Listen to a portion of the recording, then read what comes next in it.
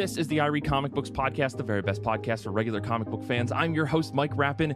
Joining me this week, two disfigured hands hidden within the line work. This week, I'm joined by Brian Murray. Don't look at me. And our very special guest for this episode, a longtime friend, Matt Burbridge. Matt, you got to say hello. You got to say hello, right, please.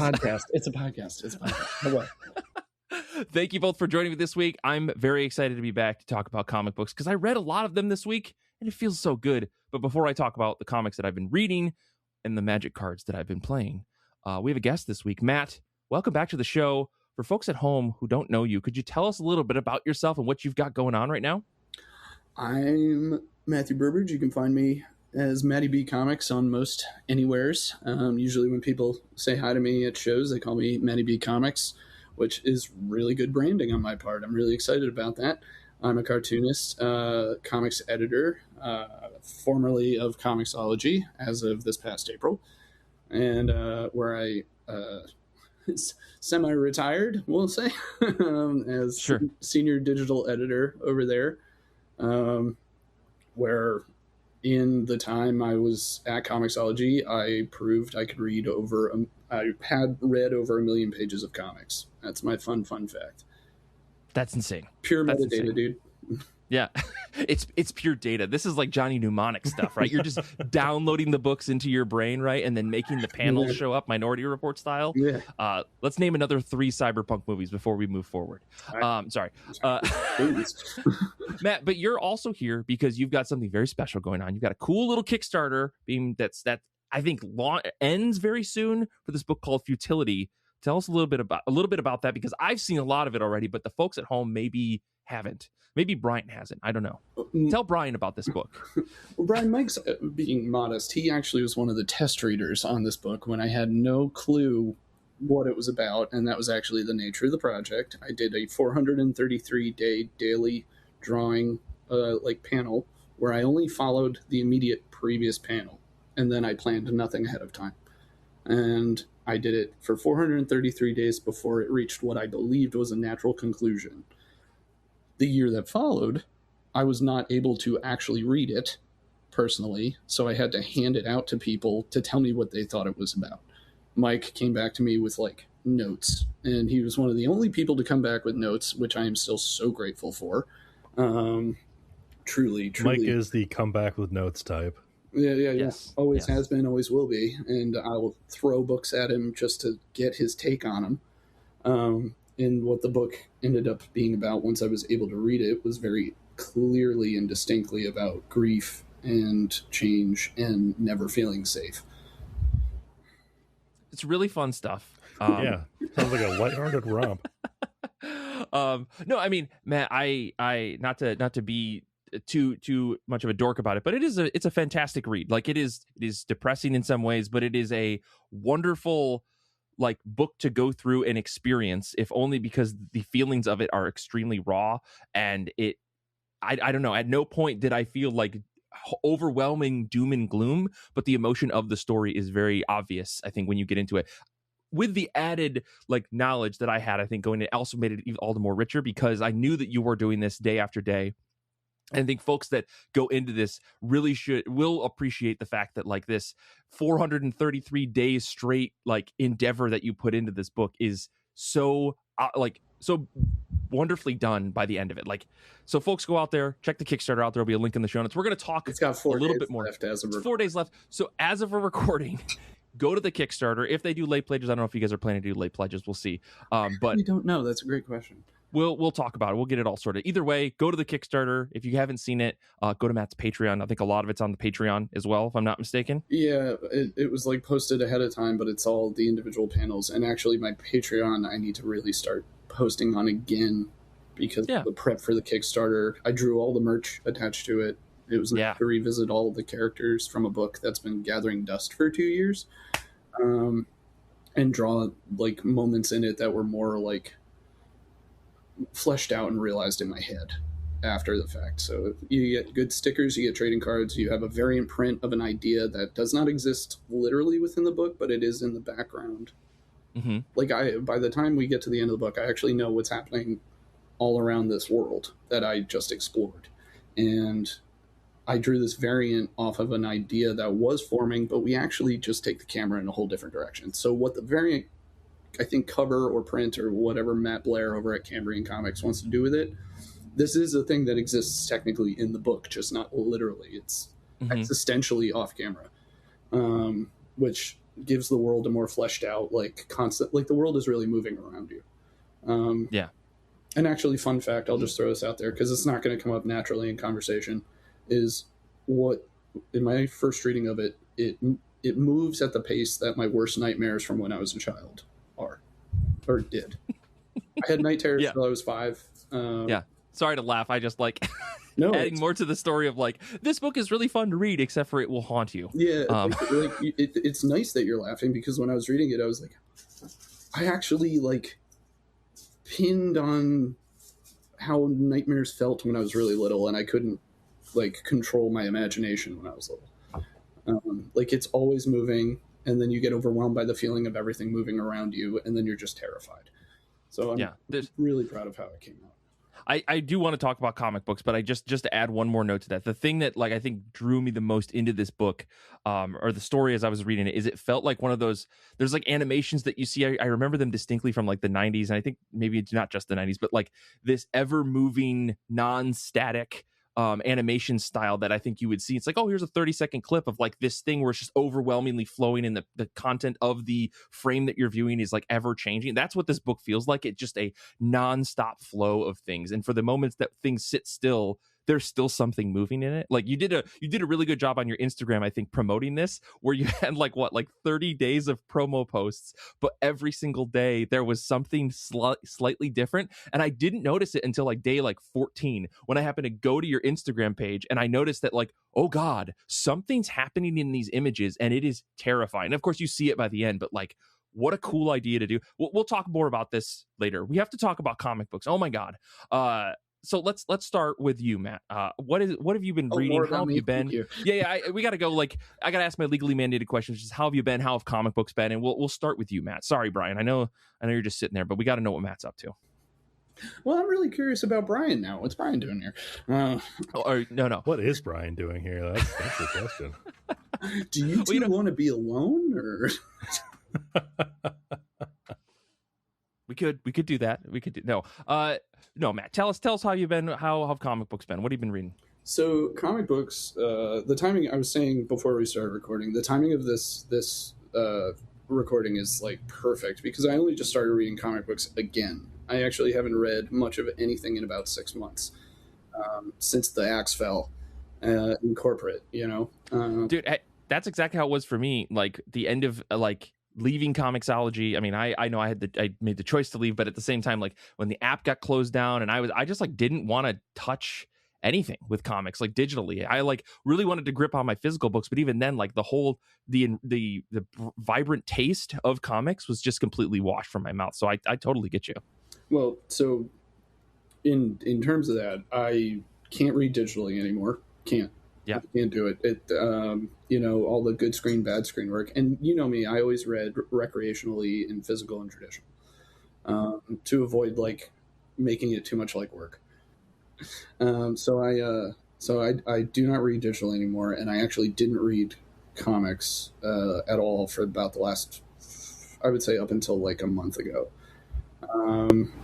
Although I had some friends I've made around here at my local shop, Escape Hatch Books, where in the last year I was invited to be on the board of their new NPO, the Escape Hatch Foundation, which is a comics, specifically focused children comics literacy foundation that's trying to make comics more accessible in just the area as our starting mission. But the intention is to get more books into the hands of kids, in the sense that comics are the gateway drug to larger reading and literacy, which is just proven. It's been studied. There are multiple studies about it. You can just look them up. Kids who start by reading, big, thick comic books are not as daunted by big, thick prose books eventually. That's kind of the simplest way to put it. And on Wednesday, in collaboration with the foundation, I hosted my first local drink and draw at Harlow's Pub in Peterborough. Yeah, it went really great. I reserved 20. Made a reservation for 20. I ended up getting something like 22 to 25 people. So we had to bring chairs in, squeeze them in, and Oh yeah. I had a model who was costumed, who works with the local theater, who was in a costume for a local theater production of Hamlet that's coming out through a group called the Dreamers Ensemble. So they were able to locally promote their show. Joe Bills, the owner of Escape Hatch, with his brother Fred, and founder of the Escape Hatch Foundation, was able to do a whole spiel about the foundation and why we're trying to get more of an artist community here, because this area has a tremendous arts presence. In Peterborough, there's the McDowell Foundation, which is the largest residency program on like the East Coast. It's world famous. It's incredible, but there is a very clear like line of like artists around here and the McDowell, which is not their intention. They do have public events. Cash Brown just completed a residency there, which was funny because I was in Brooklyn for BookCon. I went with my wife and our friend, and Cash Brown was posting on their story that they were at my local sushi joint. So I had this moment of dissonance where I was like, don't they live in Brooklyn? Yeah. Why are you this far north? Why Right? are you at my house? Like kind of vibe, but I'm in your house. Right. And right. it was like, and I don't know them, but it was like very like, I could have just stayed home. Like I could have just met somebody so cool that knows like a bunch of my friends. But now BookCon was great, but I wanted more local ground level, street level artists, for, lack of a better word, to have a place where they could get like a free life model session where they can just sit and hang. And I've been trying to put that together for a while, but, over the last 6 months, I've not really been able to get my head on straight. Layoffs be like that, I guess. And I pitched the book to Cambrian Comics the moment Matt Blair launched his label. And he came back to me about 3 months later and said, hey, your book is finished. Do you want to be our first Kickstarter? Would that be something you're like into? And I went, I've been trying to build this Kickstarter for a year. I know. I feel like you and I have been talking about it like for a very long time. Well, it's what I talked about with you on the last time I was on the show, and I was like, I know. I really got to get on that. And I did. After we talked on the show last year, I started building. Yeah. And then it just wallowed. My father-in-law passed away not long after that, which was, only 8 months after my mother-in-law. And the feelings in that book were tied to people passing away or people in the process of passing away. So it all kind of hit in a way where it's like, do I really want to make money off a thing that was just about making me feel better? So handing it to somebody else to make it felt healthier. And so when Matt said, hey, your book is done, I would love to make this our first Kickstarter. And so that happened. The MPO, my drink and draw this week, like it's mellowing out. Like everything feels a lot like better right now. So you're in a place to actually sit down and like read some comics. What I'm yeah. I went the long road to get there, but yeah, that's basically what it is. And I'm going with like low impact stuff, like stuff that has like big pretty pictures and very few words, which is always my favorite because I think it's kind of a commonly accepted fact that this is like a writer run industry. Like large scale for the most part, like for like big names and in the mainstream, the guys who can keep writing books are the ones who keep spreading it out. Yeah. I've heard the name Robert Kirkman before. I understand what's happening. I mean, there is a whole production company named after a fella who's a mutual friend of ours. Like it's just, and he's a great guy. Like James Tynion, come on, man, he's awesome. Really, I mean, cool. Obviously. He's pushing. I mean, the fact that like he's pushing this Brooklyn Expo of comic or whatever the hell they're calling BEC, stupid thing with the whole bodega. Like they're like doubling down on all the New York bullshit. It's great. I love it. It's also like so on the nose. I know. anyways, yeah, no. So I think, but I'm glad to hear that you've gotten back to this place of reading comics. So I got to know, what have you been reading? What's this book that you've been reading? Okay, so I just finished Until We Meet Again, which really suited jumping back in. It's a memoir about a woman coming to terms with like her separation from her mother, who grappled with like incredibly intense mental health issues, and her single father having to move her from place to place together, and how like each new place like added to her, and then also like coming to grips with her own like early adulthood and struggles with mental health that might have been passed from her mother, but she doesn't blame her mother, which is extremely healthy, and it's like very mellow for how heavy the subject matter is. Yeah. The art is beautiful. It's definitely very quickly like hand painted, very gestural, but like very confident, extremely confident. And there's so few words on every page. I'll just hold it up for anybody who's like watching, like it's just so few words, and you just blow through it, Yeah. I house this at work, I was gonna say, I'm just looking through the preview on the Macmillan site, and this is a gorgeous looking book. Like what a wonderful color palette this book has. I'm wondering, does it persist throughout? I'm seeing like this like blues and reds and just being like the heavy dominant colors in the book. Does that stay the same? For the most part, like how she handles it, it's all around like very consistent with like those like chill pastels and like everything or like a bold blue. And it was just such a quick read. It like snapped me back, where it's like that felt really good. Yeah. I feel that like every once in a while, I feel like when I'm not feeling connected to comics, if the right book will like push me down the hill and get so much momentum behind me that I become like voracious with how much I want to how much I want to read comics. No. The right book. Yeah, I mean, yeah. I do eat the paper. That's how I keep buying new books, is that I end up eating the ones that I'm done with, so that I have them forever as a part of dude, me, right? We're getting older. We're gonna need more fiber. I'm just saying. That's true. This is very true. Well, this book looks great, man. I'll have to give this a check at my my library or something in the near future. It's so good. It's so good. Well, Brian, you can finally speak after 20 minutes. How have you been? How have comic books been? Oh, one more thing. No, I'm just kidding. Yeah, I'd like to cede my time to Matt. Oh, okay. No, I've been good. My time. I know. I'd like to retain my time center. Yeah. I've been good. Been playing a lot of video games that are just jobs lately, which okay. That's what I was weird. doing instead of reading. Please continue, sir. Yeah, I've been managing a video rental store lately. That's been fun. How is that? I was looking at it. It's really easy to like sit down to play it and then look up 4 hours later wondering when the last time you ate. Like, I wish listed it. I was really curious. Wait, what is the name of this game? It's called Retro Rewind. Okay. You manage a Blockbuster, bro. Keep up. That's awesome.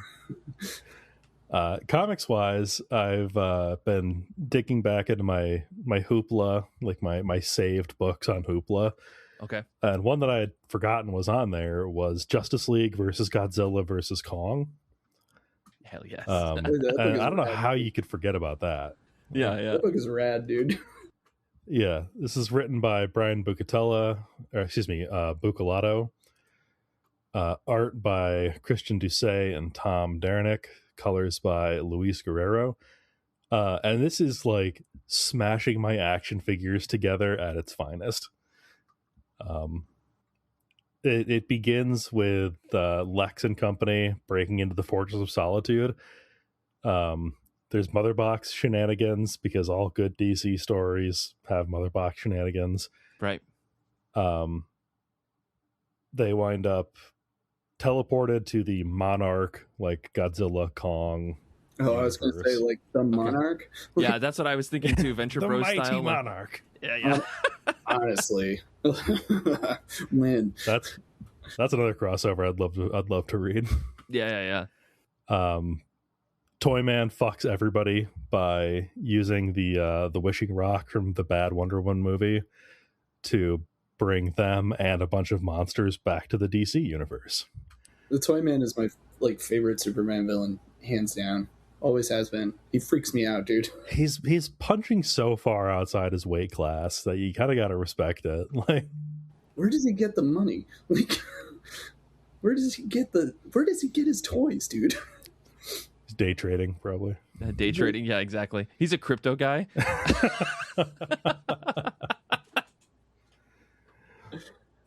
If you're looking for like a staggering work of breathtaking genius, this book probably isn't gonna check that off your list. Sure. But I would like to give you a few examples of what it does have to offer. Superman punches Godzilla in the nose. Aquaman releases the Kraken. Yes. The League of Assassins or whatever drops a kaiju into a Lazarus pit to bring it back as a zombie monster. Yes. Batman builds a Batmech that is powered by the Flash and runs off of Cyborg. Is there a treadmill in the middle? Cool. Yeah. Oh, it's like a hamster wheel that just keeps 100%. Just like Batman is in his chair, and on one side you got the Flash on a treadmill, and on the other side is Cyborg, just like Y posing with wires coming out of him. They have the Power Rangers cockpit going on with those three. Come on. It sounds more like Pacific Rim style. Yeah. And the piece de resistance is Green Lantern Kong. Cool. He is all willpower, dude. Yeah. It's one of those things where, like, this book did not like change the way I see the world or anything like that, but it did make me like get up off the couch to find my wife and be like, you'll never believe what just happened in this book. And that's honestly maybe the rarer thing for me. Babe, come quick. Yeah. You will not believe what's happening got the right ring. now. Yeah. Fucking at the table, running over to her. Yeah. Oh, that's amazing. And Kate, bless her, she tolerates it. I mean, I talk incessantly about it. My wife just goes, okay, go ahead. Yeah. And then in return, she gets to tell me about the K-dramas she's been watching. Right. It's a yin and a yang kind of thing. Honestly, right? I want to pivot to Mike. What are you playing? Anything like that's actually? That's Brian. Thank you for reminding me that this book existed, because I remember that it came out and I went, whatever, this is dumb. But the things that you just listed makes me think this is dumb in like a great way. So I definitely have to check this out. It's on You'll Hoopla. never believe where the giant bat kaiju winds up. Okay. All right. Now I have a question that needs answered. That's love that you're using Hoopla. I just want more people to use the library. Yes. We need to just Comics Plus. If your library has Comics Plus like mine, you should also be using that if that's an option as well. Libby. And Libby, yeah. Let me talk about what I've been up to and how I've been. I haven't been playing much video games outside of Mina the Hollower, which is like an incredible little Game Boy game that is made by a modern studio. It's incredible. If you want a more challenging Link's Awakening, that's basically what this game is. That's I love your it. wheelhouse. Yeah, exactly. I went to the Hobbit pre-release on Friday, and I went 2-0, despite having a pretty bad deck that had no good rares in my deck. But you know what? I got some cool Hobbit cards, and I'm very happy about that. So yeah, that's what I've been up to mostly. It's just been that and trying to build this little search website that I talked about last week, where we'll get to that eventually once it's finished. But I did read some comics. I read quite a few things. I got caught up on that Royals book that from Image. If you're interested in like a really just fun, I don't want to say like just action adventure book that's around like gambling and questions of, is there superpowers in this universe? It's really, really fun. Derek Kirk Kim, who did The Last Mermaid, was writing on this book. It's fantastic. So everybody should go read that. I'm having a blast with it. It is easily like, it feels like a modern day Chew in a lot of ways. And I think if Chew is your vibe, but you want some of the less, I'm going to say like gross stuff that Chew offers, Royals is exactly that. It's like all the fun, and you don't have to deal with Rob Gilroy's like disgusting boils that he draws on people sometimes. Really good at him. I love Rob Gilroy's art. Don't get me wrong, but like sometimes I know that it rubs some people the wrong way. Anyways, it's meant to be disgusting. So that's exactly. Actually. Royals is like so much fun. It's very funny. I highly recommend that book. But the book I really want to talk about, because we got Matt here today, I want to talk about a Kickstarter book that I read, and that is Serpentine #1. This is written by Leila Del Duca. Got this on Kickstarter. If you want it, this is not a book that you can't buy anymore. You can go buy it. You can buy it on Lila's Etsy page. You can buy a copy of this. But this is like one of the most jam-packed number ones I've ever read. It's going to be like a 3-issue miniseries. It's so easy to read, so clever with the world building. Refuses to slow down. It's like a freight train, just like on it with no brakes, just flying through the story, because we're following a young person named Jaissle. They're a student in the midst of finals, and the choice day where they have to choose whether or not they want to go into a cocoon and have a baby, or continue working for another 2 years. It's crazy weird alien stuff going on. They abruptly find out that they're an astral projector. And they don't have time for that. They must figure out how to juggle all their responsibilities while helping another astral projector with a world-altering threat. Like, all of this happens in 48 pages, and it is so masterfully done. Can you open it? I want to see. Yeah. The inside of this book, for patrons, you can see this book is gorgeous on the inside. Like, it's all aliens and spacefaring stuff. It's like there's soap operas in the middle of this story. There's different people and monsters and astral projections and taking over other, like, aliens across multi dimensions. You're not really sure. Like, again, all of this happens in one issue, and I never felt bogged down. I never felt like I couldn't keep track of things. I've been a huge fan of Del Duca's work for a while now. Have anybody read Shudder back in the day, or my favorite romantasy comic Sleepless? You may have also seen her other work in Wonder Girl or Once Upon a Time at the End of the World. So, like, I immediately was like, yes, I'm buying this. I have to have this in my life. I also got the cool little 3x5, like, hey, you want me to draw you a character? Throw me a little couple of dollars. Collection. And I got my Dr. Doom going. You know, it's between Gambit and Doom. That's where I'm at, back and forth, which is why I think you have Doomsday. one from me. I do have one of each from you, Matt. Listen. Anyway, so I got that. Really like this book. And I genuinely am not kidding when I say this is like a breakneck speed kind of comic. Like, I think focusing the story around Jaissle, who quite simply has way too many things going on, like, forces you to, like, keep track of her or their to-do list throughout the whole book, because they're constantly trying to keep track of their to-do list. And then all of these, like, world-changing things just keep happening to them, and they're like, but I gotta go to class tomorrow, I can't save the universe. Like, that's where we're at with this story. And I genuinely am, like, impressed with the writing and the flawless character designs in this book, because at no point did I feel lost about who was in the book and what they wanted, what their motivations were. Like, there is no, like, these characters look too similar for me to keep track of them. Like, Del Duca just knocks it out of the park with this first issue, and I'm so hyped for the 3-issue series that this will become. Brian, why would you post that in our Discord right now? I'm trying to talk. But anyways, if you missed the Kickstarter, you can get Serpentine #1 on Del Duca's Etsy. I'll put a link to that in the show notes. Guys, this book is so good. I'm so hyped for more of this, and I genuinely just want more Leila Del Duca art in my life. So, like, yeah, it's a win-win for me. Wait, where in the Discord? I'm gonna look. Brian posted in the live chat. Two people kissing in our live chat. The meme drawing of two people really sloppy kissing. Like, I'd watch that. That's Gambit and Doom. Listen, who knows? They may actually meet each other in this new Doomsday thing based on the trailer. I have no hopes. Listen, I'm gonna write this down. We're not going into talking about Doomsday right now. This is post-credits material. We have to move on. We have to talk about comics on the top of our pile. But before we get into that, I want to shout out the folks hanging out with us on Discord today. Danny is reading Twilight number 10. I'm guessing Twilight Zone number 10 is what I'm guessing this is. Ended with book 5 with the vampires and the werewolves and stuff. Yeah, that's a different series. Oh, all right. And CK is going to be catching up on Absolute Superman. Both bangers. I'm very happy to hear that folks are continuing to read both of those series. Matt, tell us what's on the top of your pile this week. You got a cool book, right? Narrow Rooms by Choi Sung-min. And it the thing about it is, and Mike pointed this out when he found out I was drawn in quarterly, it's nerdy to get a drawn in quarterly book. But I said that with love, because I'm the guy that brings the Fantagraphics and the Kickstarter books and the Avery Hill Press and all the weird little tiny indie publishers to the show all the time. Now, see, Brian, that just means he's jealous he didn't think of this one. But Narrow Rooms is an interesting read. It caught me immediately on the D&Q Instagram because at first glance, it looks like a very easily consumed romantic book. The drawing style is kind of like that fast, flat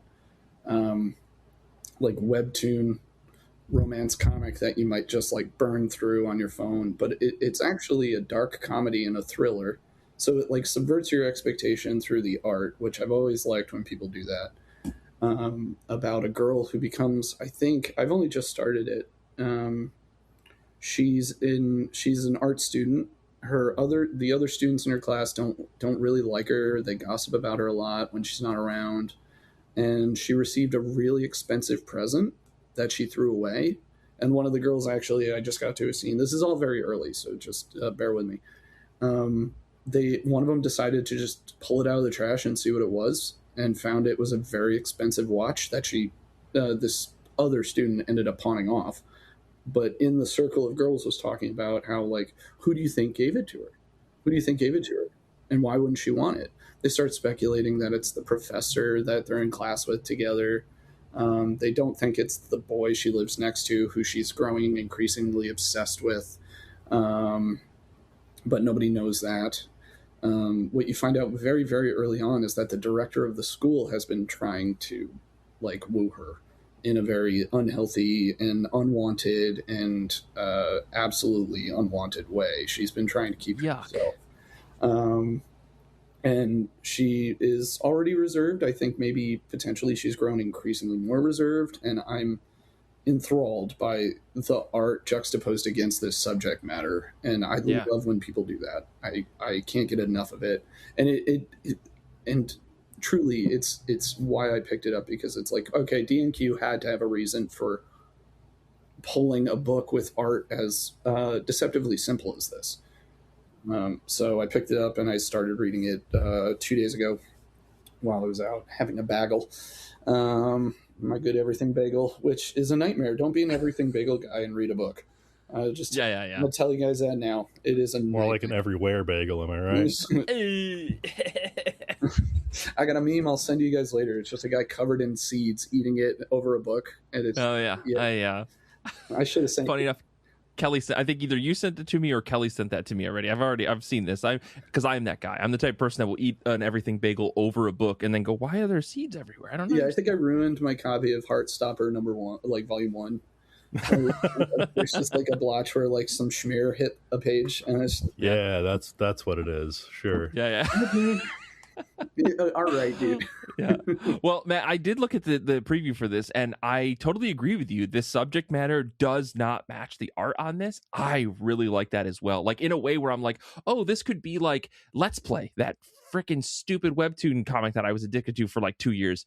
It looks like that, where it's like, oh, happy, lighthearted, but clearly the subject matter does not click. Dude. Let it go, dude. Yeah. All right. They made an anime and it fucking sucks. Yeah. I gave up after a certain point. All right. Post credits talk. Brian, what is on the top of your pile this week? This is gonna be like an hour of us talking about things we're not allowed to talk about because Mike made the rules. I want people to go to the Patreon because that's where the real conversation happens. Okay. For now, we're talking about dumb comics. So whatever. I'm keeping the giant monster train a rolling. I'm reading Godzilla versus the Marvel Universe. It's a collection of issues. So if I tried to list all the creators, would be here all day. But it's got the likes of Ryan North, John Romita Jr., Jason Aaron, and Giuseppe Camuncoli. So like plenty of names worked on these books. And each book is sort of like from a different era of Marvel. So we've got like a Godzilla versus Fantastic Four.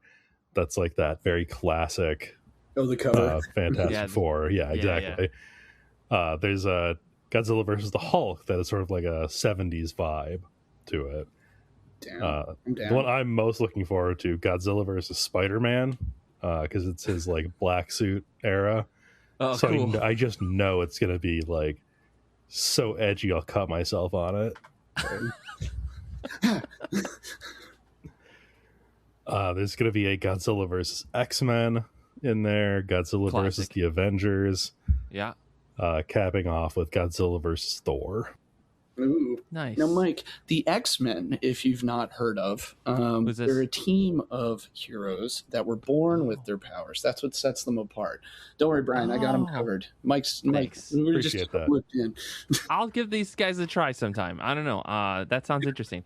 Brian, I genuinely need to know what this Godzilla versus the Hulk looks like, because if it's vintage era, that sounds like the perfect fit for this kind of story. So please let me know how that one is, because that sounds, honestly, to me, like all of them sounds like the best fun, or the most fun. I'm genuinely curious. I have read some of these, but which one did Ramita work on? Ramita worked on Godzilla vs. Fantastic Four. Okay. Solid fit. That tracks. Solid fit. Yeah. Well, cool. Let me talk about a book that's on the top of my pile this week. I'm pretty surprised. I was going to pick another Kickstarter book just to be that guy. But I was going through League of Comic Geeks, as I usually do on Sundays, to like prep to see what digital books I'm going to buy versus physical books. Digital books from our good friend Sweet Shop. That's 3 weeks in a row I'm plugging this thing for you, Kenny, who's not listening. Just letting you know. But I was scrolling through things, and I saw this when Image sent us out their email this past week, and then I saw it again on the Wednesday list. It's this book called Regicide #1. Image has this awful track record in my mind of putting out these really cool #1s that just are superhero garbage. And that's not a bad thing. Like, everyone needs superhero garbage from time to time. And I think that they have their place and they're really fun. But this book by Patrick Kindlin and with art by Ludwig Laliat, really took me aback. Like, I was surprised to see this style of artwork being published from Image. But the synopsis got me a little bit interested, right? A farmhand lives a simple life until village elders insist he set out for the capital with a dangerous stranger. Their mission, kill the murderous viceroy of Transylvania. It's Dracula meets Berserk in this dark fantasy series full of sexy entities and betrayals. Now, right away, a lot of red flags. Yeah, I'm seeing a lot of red flags, okay? Baby's first edgelord? Like, what are we doing? Yeah, exactly. Now, sometimes I see an Image #1 and I go, I don't know, guy. Like, the pitch reads like being too much at once, or the cover doesn't sell me for some reason. But this one, skimming through the interiors, looking at the cover, it's simple. Like, there's a very high bar that they're setting here for synopsis. Like, we've got Dracula and Berserk, dark fantasy, and sexy entities. This genuinely, like you said, edgelord's first comic, Matt. Like, this feels like something being published by a guy who definitely works with the Comicsgate dudes. Like, that's what it feels like. And I do not think that these guys do. And I'm sorry that I even put that out into the universe. But, like, I've seen these books from Image. I've seen them from Dynamite. I've seen them from other places, and I've not been a fan of them. This book, skimming through it, looks bonkers. Like, it feels like one page in particular had me like triple take. I was like, what's actually happening here? And I was like, okay, we're getting too horny. I don't think I'm going to like this book. And then I went to the next panel and I went, oh, we're doing crazy, weird, fucking dark anime shit, like, or manga stuff, like weird, like Blades of the Immortal type stuff. I say that there's a crazy high commendation for this book. I can't speak to the writing, but the art style, I think that a lot of people are not going to like it. I personally find it to be really beautiful. Like, it feels like a comic of an older era, like comics with an X style grittiness and detail and over inking almost. The imagery from the half page spreads of like an advanced Dungeons and Dragons module or Dungeon Crawl Classics, if you're into that kind of stuff. The image, it feels really like of a different era in general. Like, there's a lot of color in this book. It's not just black and white, but like the 2 or 3 colors that the colors that they use here are so bold and in your face.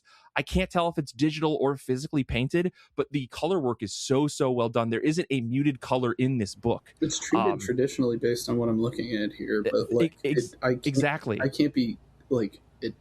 Well, this is definitely like actually like trying to love letter itself to Berserk more than anything. Yeah, absolutely. Like the variant cover with the woman and the insect legs coming out of her side. Also, the sketch cover looks sick because they put like detailing framing around it. I gotta find that. I have to find that sketch cover. Listen, like I said, I was thrown by this book at first. I did not think that I would vibe with this, but skimming through it, I definitely want to try it. It's a 4-issue miniseries, which makes me go, you know, I might as well try this whole thing. Even if it's bad, it's only 4 issues. And I'm sorry to the creators if like this is not a complimentary way to say like this book looks really cool, because I think it looks fantastic. But I know that I know people who are not going to love this art style, who are not going to like this subject matter, but I'm all on board for this. This looks fucking cool. It's the type of thing where I can listen to like Led Zeppelin and watch like people in medieval armor fight and kill each other and cut each other up with these giant swords and stuff. And I think that's what the book wants to be. The pitch feels accurate to the actual comic, unlike many other books where they make these high comparisons. They're like, this is the saga of dark horror, and it's like, shut the fuck up. Honestly, like what are you talking about, right? Everything got compared to saga for a while. That's why I bring it up. But I think that this looks fantastic. I'm probably in for the 4-issue miniseries. It looks bonkers. So count me in. So Regicide #1. If you're looking for something way off the beaten path, that's probably going to be more available than a drawn in quarterly book or something from Fantagraphics single issues or something. You probably can get this on the shelves. I feel like you brought this just for me. Like this, I'm not gonna lie. I also felt like you would dig this. I'm already on board. The main cover with the old man in just the main cover for listeners. It's just an old man in like he looks like he's like a merchant or like just like a he looks like he like works at the like market bazaar, and he looks like a peasant. He's standing in just gore, like it's just blood and bodies floating in blood, and I was like, well, that's a great way to open a book. But then if you're into that kind of book, right? Like, I'm not going to tell someone who's like, I read Tea Dragon Society for fun. I'm not going to tell them to go read this, right? Also an excellent book, though. An amazing book, but I don't think Kate Lamphere is going to get on board for Regicide #1, okay? And I love Kate to death, right? So, be surprised. That woman's got a dark side.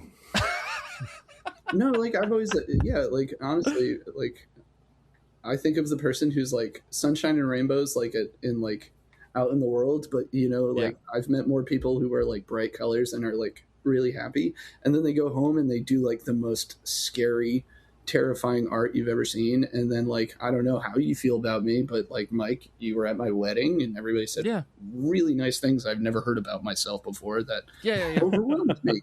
And I was like, but I'm the guy who draws the really creepy like shit about his feelings that like is like, I wallow in self-loathing. How am I? But I'm a nice guy. Exactly. But to meet you, you have the Junji Ito effect, where you're like, oh, he's just a nice guy, kind of likes fun stuff, and then all of his drawings are dark and twisted as hell. So, like, very upset with myself. Like, because you actually have an outlet for those feelings. True. But anyways, so I'm going to check this book out. I'll let you guys know how it is. Good or bad. I'm probably going to have a great time. Maybe I'll read it right after this episode. But I guess to wrap today's episode, before we go into the post credits on Patreon, to talk about Doom and Gambit kissing and the Let's Play web series being bad animated. Matt, anything else you want to tell us about your Kickstarter here before we get out of here? Any fun stuff that folks may not know or you want them to know? To call back, it has 4 days left. So as of recording, so jump on it really quick. Hopefully after the campaign ends. I don't know if we're doing late pledging. I genuinely do not know. I'm sure it's listed on the page if Matt put it up there. Cambrian Comics, just as a call out to them, have Kickstarters coming down the pipeline. You can find them on Instagram. I don't know if Matt has any plans to do anything past the next 3 Kickstarters he's already putting together for, the first 4 books he wants to put out through the label, but it's definitely to keep an eye out for because he has a very eclectic taste. So he's pretty much game for anything. So whatever he's coming up with, he's cooking down the pipeline. It's going to be something out there. I don't know if I could promise it to be as weird as Futility is. Sure. I mean, the other books that they've got listed on the Kickstarter is you can get copies of, I think, as part of this Kickstarter as add-ons, is like Kaijus and Cowboys, which has has an incredible cover, by the way, pretty good as well as Romanus Magica. I don't know how to say this. I haven't read that one yet. Okay. But yeah, if you're looking for stuff, they've got samples on Global Comics if you want to check them out. But both look great. Both are exciting. I'm excited to get my copy of all the things that I've supported. So me too. I've not seen it yet. You haven't seen a physical copy of this book? Of my book? No. Oh, okay. I'm really excited to just like get a handful in the mail and just be like, here you go. Well, what's the process then for you on this? I know you and I've talked about this, but maybe Brian doesn't know and the listeners don't know. Like, you worked on this book for 2 years or for a little while, like over a year and a half. and then you let it sit, and then you handed it off to Camperine Comics. How did you go from like the daily drawings, which I remember correctly were like in a notebook, into like deciding how the page layout was going to work, and like working with them to get a print file ready? Matt's diving on screen to go find, I think, this is sample. the current notebook. Okay. Which is like what, like 3x5 3 by or something 5. like that? And, yeah, 3x5 little notebook. And like I would do a panel like that big. Okay. And that way I didn't, keeping them to each individual page like did not allow me to build a narrative on the page, because my thinking, I would just keep building a narrative on the page, and I didn't want to plan. So in order to avoid that, I had to deprive myself of being able to visibly keep checking back or looking around at like, oh, look at all this space I could play with, and we could do this, and then I tend to get overwhelmed by how many potentials I have. So I wanted to avoid that in order to keep the ball rolling and just to get my drawing skill back. That's actually why I started it. I was talking with colorist Fred Stressing about Gumby, and we were talking about where the blockheads from Gumby came from. Like, why are they so evil? And that's where the oil drum idea sort of came from. I was drawing the rooftops that I could vaguely remember from the windows in Comixology at our old office, because I was feeling homesick. And then we started talking about Gumby online and how Art Adams did that whole Gumby series of like really psychedelic, freaky Gumby comics in the 80s. You should look those up. Everybody should look those up. Okay. And like there's a cover with Gumby and Pokey in a Jeep driving away from like demons from hell. It's like Gumby in hell. Brian, this if you can find them, they're right up your alley. My younger brother actually eBayed one issue, got Art Adams to sign it, and then he got it graded. I think he's got a 9.8 Gumby signed by Art Adams from CGC. Wow. And I actually, personal hot take, I can't stand the concept of slabbing your books. I actually think that's heinous. Sure. Like, oh yeah, you could be open, you preserve it, and it's like, dude, it's a magazine. You're supposed to read it. Like me and Kevin Smith, man, Jersey boy till I die. He's like, I roll him up and put him in my back pocket. I was like, my hero. That's the best thing that man has ever said. Paul, who's proof listening today, he doesn't bag and board most of his books, I think, and just throws them into those short box, right? Any, unless they're like I honestly can't stomach leaving them out. Like if they're like that old. Like I have a copy of the Losers that an 82-year-old woman gave me, like because she found out I like read and love comics and I'm a cartoonist. She like tracked me down through friends and was like, I found this. And then she brought me a 70s issue of the Losers and a 4-color print of a Winsor McKay comic strip from like decades ago. And she was like, do you know Winsor McKay? I went, yes, I do. Why? And she pulls it out of a paper bag, and it's a 4-color print of Sammy Sneeze by Winsor McKay. Not a Little Nemo, but Sammy Sneeze is pretty funny. I was gonna say, yeah, that is like. I was like, yeah, that's got to be like almost 100 years old. Why is she sitting on this? She's apparently sitting on tons of stuff. She just wanted to see if there's anything I'd be interested in, and whatever she thinks of, she just like brings it to me now.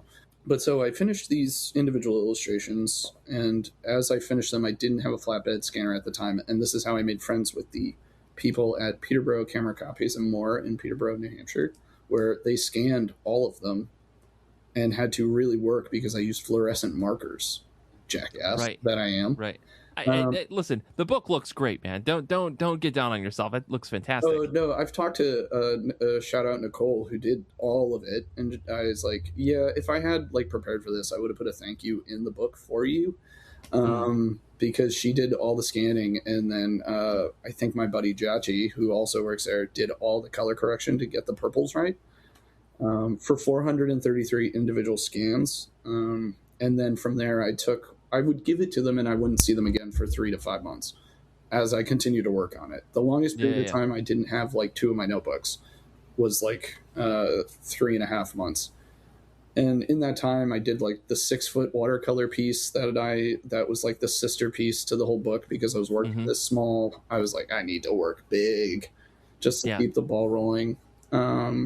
That's a beautiful piece too. I mean, like, I really dug that. Yeah, let's see if that survived being rolled up in my barn for the last 3 years. Well, I've had 2 galleries around here be like, well, if you flatten it and frame it, maybe we can try and sell it. And I was like, can you transport something that size framed? Because I can't.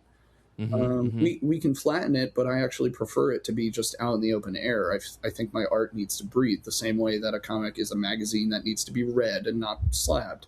It has to exist. It has to be tangible. I don't like it being in a frame, but I did talk to a framing guy. He's my buddy Bill, and Bill said, "How big is it?" That was like, I like, you start the conversation. It's 6 foot. It's 71 by 40, and he goes, "Okay, how big?" and I say it again, and he goes, "Yeah. So you don't want glass. You don't want wood. What'll snap? I mean." Just in the plexiglass alone, if you stick with plexiglass, but how are you going to transport that anywhere? Why do you need this framed? Couldn't you just... And I said the same thing. He was like, I just don't think it's worth it. You could probably just put like some mat board around it, but does anybody even make mat board that big? Like, but he told me it'd be like $800 to frame it. And there are galleries that are like, we could sell it for a ton. I was like, do you sell things for a ton at your gallery around here? Sure. I don't think so. But yeah, we got to get you back to New York, baby, where you can make the real big bucks. I mean, our dear buddy Jeremy Wynn said, like, how at the pop-up show that it was in, he was like, "How much do you want for it?" I was like, "I put 8 on it," and he was like, "This is easily 12." Yeah, like him and like 2 buddies he came with were like, "Yeah, no, easily."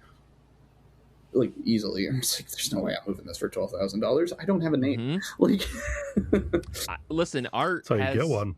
Exactly. Names cost money, and I need money to get a name. Like, yeah. That's why I got to go back to the big city, baby. Exactly. Mike's gonna hunt. So we'll cut back to Mike being a PI, and that's what he's gonna hunt me down for stealing a masterwork or something. Yeah, exactly. This is pre-show joke. Okay, so you it's not for the Discord. You got these guys to scan in everything, and then like how did Cambrian Comics work with you to like get the layout work? Because it's like you're not just doing single page in the book, right? It's multiple panels on a page, but like if you're working without knowing how the pages were going to work together, I guess like what was the process like for that? I just started with 1, then I did 2. Then I did 3, I did 4, and then I stuck it to 4. And And then I wound it down at the end of the book the same way. In the middle, I just filled it in. Anything about the pacing that fell into place was actually something that just happened. It was like there are pages in it that I've read that are like, this is perfect. I'm a genius. And like I felt really good when I was actually able to read it again, where like it paced out in certain spots so splendidly that I was like upset that I ever doubted it could work. And shout out Eric Arroyo over at Hachette of the Hachette Workers Union. Power to it. Power to the people. He said, I was telling him I was trying to squeeze 9 panels onto a page. I wanted it to read like a dense novel. That's the thing I pictured in my head, is I wanted it to be like a wall of text. If it's a wall of text with no text, like I wanted to make it, I unless I found an ending, it would have gone on forever. But he took one look at it. He was like, just do 4. You have so much image dropout if you have to shrink these down. Like you're doing yourself such a disservice by squeezing so much of this onto a page. So I did 4, and it didn't take much adjustment, and it was just cut and paste all through InDesign, and then it fell in place. And then I did the cover. The cover was a whole separate thing, where I really wanted to revisit the infinite city that exists like around everything. Which, by the way, Brian, speaking of kaiju, there is a kaiju in it. Oh yeah. Yeah. When people ask me what it's about, the short answer is Kaiju Eraserhead. Sold. Yeah, right. And that always just piques interest. But it really just fell into place naturally on its own without any like active intentional planning or input. And I'm really happy with how it turned out. And yes, once again, I have not seen a printed copy, and I'm really, really hoping for it. I mean, you'll probably get it before I do, honestly.